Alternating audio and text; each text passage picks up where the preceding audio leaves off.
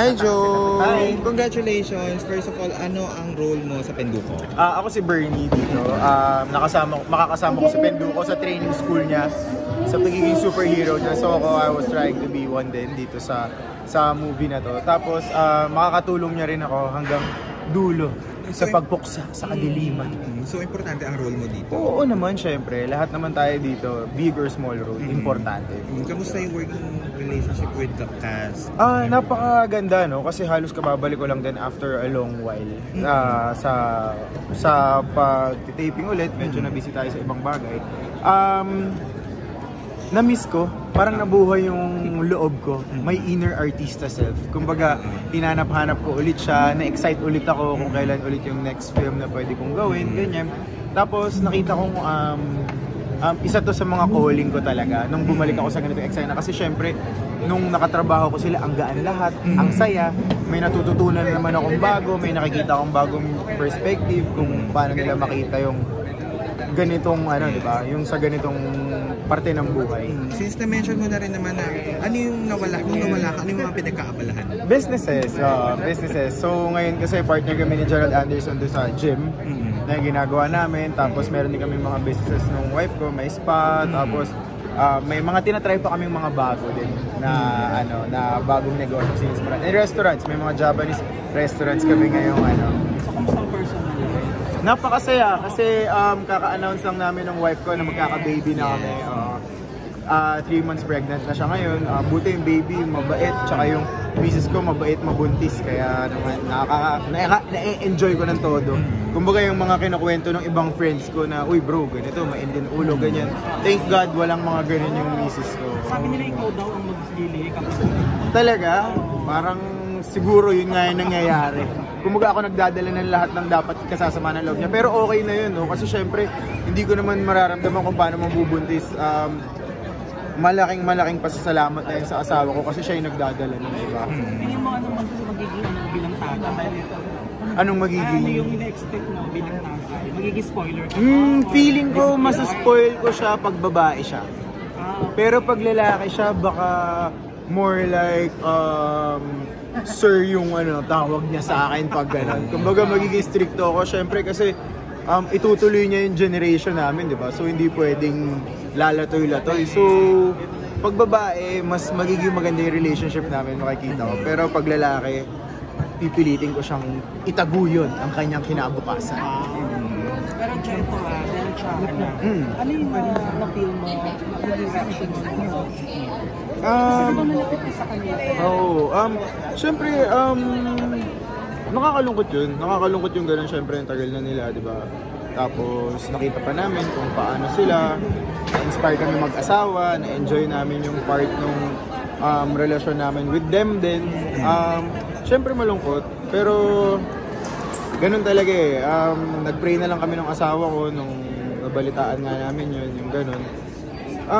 For sure may lesson naman sa bawat pinagdadaanan ng kahit sino sa atin, di ba? May lesson tayo mapupulot dyan and may realization yan after a while pagka wala na yung kung ano man yung nararamdaman sa loob. Diyo marami kasi lumalabas na parang hindi kayo good terms ng grupo. May ganun ba? Totoo ba yun? Hindi naman sa hindi good terms kasi for example kami ni DJ magkaibigan kami. Nagkikita pa talaga kami. May mga pinag-uusapan kami personal, negosyo, nag-uusap kami negosyo. So hindi ko masasabing hindi okay. More like, ganito ko siya makita eh. May mga kanya-kanyang priorities na lang nung tumanda na kami. Siyempre kasi naging sobrang close kami lahat before pandemic. Tapos nag-pandemic, talagang titibay yung samahan niya niyan eh. Kasi wala kayong gagawin, kayo lang magkakamustahan, di ba? Parang ganito po yan. Close kayo nung high school friends nyo, di ba? Yeah. Pero ngayon may iba-iba na kayong priorities. Pero it doesn't mean na may sama kayo ng loob sa isa't isa. Pero siguro part nyo ng pagtanda eh. Yung pagiging busy nyo sa kanya-kanyang bagay, tapos magiging less yung kwentuhan, less yung kamustahan. Pero it doesn't mean na may sama kayo ng loob sa isa't isa. Di ba? More like, tinatanggap lang natin na yun na yung priority niya, ito na yung priority nito. So sa ganun lang. Pero syempre pag nagkita-kita kami, nagsama-sama ulit sa isang table, puro happy memories lang yung pag-uusapan namin. After nung nangyari yung mga balita ngayon, nagkaroon na ba ng chance na nakausap mo or nag-reach out ka kay DJ? Nag-text lang ako sa kanya pero hindi hindi ko binabanggit yung kung ano mga ano. Kasi syempre, Pero may sumasagot- kailangan pa ba magpaalala sa kanya? Sumasagot naman siya sa'yo. Oo naman. Kasi yung mga tanong ko naman about personal, panlalaki, tattoo, ganito, ganyan. Yung mga same interest namin, basketball, di ba? Kumbaga, syempre, ako as a friend, I'm trying to give him a break. Yung parang gano'n. Hindi yung, kasi minsan yung pangangamusta ng tao, nakaka-irita na rin, di ba? Yeah. Parang nagtatanong ka sa may sakit, okay ka lang ba? Tingin mo. Di ba? So, alam mo yun, common sense no? Marami rin kasi lumabas na balita na parang ikaw, parang nagkaroon ng hindi pagkakaunawaan yung grupo. Something sa parang nagkakaroon ng iba-ibang mga pangalan na lumalabas doon sa parang nagkaroon daw ng bad influence itong grupong to. How do you feel na parang nagkakaroon ng ganon dahil sa, syempre malaking issue siya sa magkakaibigan? Oo, sorry pero ako hindi ko alam yung mga ganung bad influence. I'm seryoso kasi hindi rin ako nagsuscroll about it. Ganun naman pala. As a friend, hindi, ako more like yung mga nagsabi ng bad influence, ganito, kumbaga version nila yun.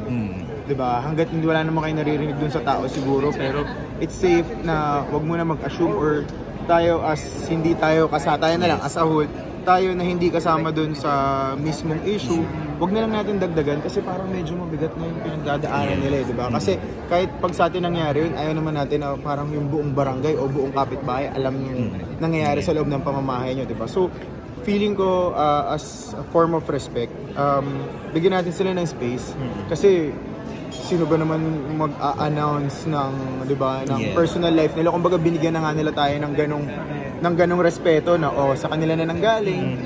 Kung nung may nanggaling na sa kanila, huwag natin dagdagan. Irespeto na lang natin yung kwento nila, yung side nila. 'Di ba? Kumbaga binigyan na tayo ng a piece of their story. Makontento na tayo. Pero as a friend, sa kapag may second chance pa ang mag-heal sila. Yun na lang. Hindi ko alam hindi ko alam pero for sure, ang sigurado ko dyan sa dulo ng lahat na to, may healing. May healing. Regardless kung anong mapag-usapan nila kasi desisyon ng dalawang tao yun. Dalawang individual yung pinag-uusapan natin. Kumbaga tayo naman hoping lang for a better tomorrow. Lahat tayo, di ba? So, ako for sure may healing dito sa dulo ng lahat na to at may learning. Last na lang, anong Christmas wish mo? Christmas wish ko ay, syempre, bukod sa never-ending wisdom, is healing. Healing talaga yung ano ko. Kasi syempre, bukod sa nangyayari sa paligid natin, may mga personal din kami dilemmas, may sariling nangyayari sa bahay namin, may sariling pamilya din ako, and healing. Healing ngayong Pasko. Okay. Thank you.